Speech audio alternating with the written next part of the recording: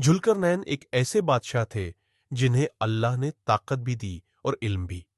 लेकिन सबसे बड़ी बात यह थी कि वह इंसाफ पसंद थे। वह जहां भी गए जुल्म को रोका और हक को कायम किया। कुरान बताता है कि जुल्करनैन ने मशरिक और मगरिब दोनों तरफ सफर किया, हर कौम के साथ इंसाफ और रहम का बर्ताव किया। इसी सफर के दौरान वह एक ऐसी कौम तक पहुंचे जो दूसरों की भाषा मुश्किल से समझ पाती थी।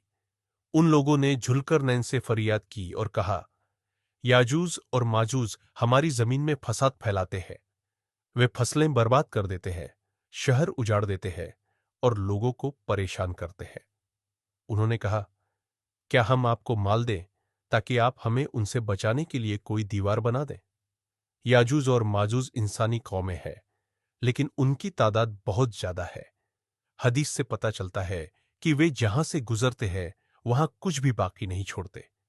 इसी वजह से अल्लाह ने उन्हें एक हद के अंदर कैद कर दिया। जुल्करनैन ने उनकी बात सुनी, लेकिन माल लेने से इनकार कर दिया। उन्होंने कहा, जो कुछ अल्लाह ने मुझे दिया है वह मेरे लिए काफी है।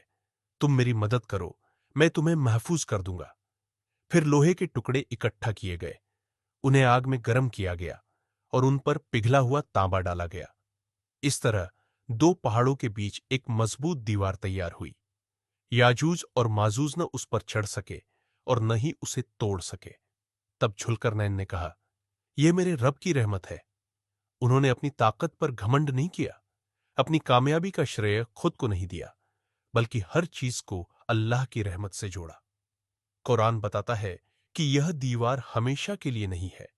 जब अल्लाह का वादा पूरा होगा तो यह दीवार जमीन में मिला दी जाएगी।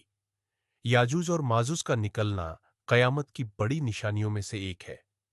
लेकिन कब? इसका इल्म सिर्फ अल्लाह के पास है। हमारा काम तारीख या जगह बताना नहीं है। हमारा काम है ईमान लाना और अपनी इस्लाह करना।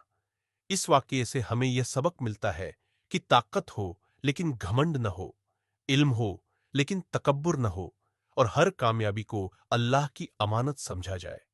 जुल्करनैन हमें यही सिखाते हैं कि असली कामयाबी अल्लाह के सामने झुकने में है। सोचिए, अगर आज हम भी इंसाफ, रहमत और विनम्रता को अपना ले तो दुनिया कितनी बेहतर हो सकती है। आपके ख्याल में जुल्करनैन का सबसे बड़ा सबक क्या है?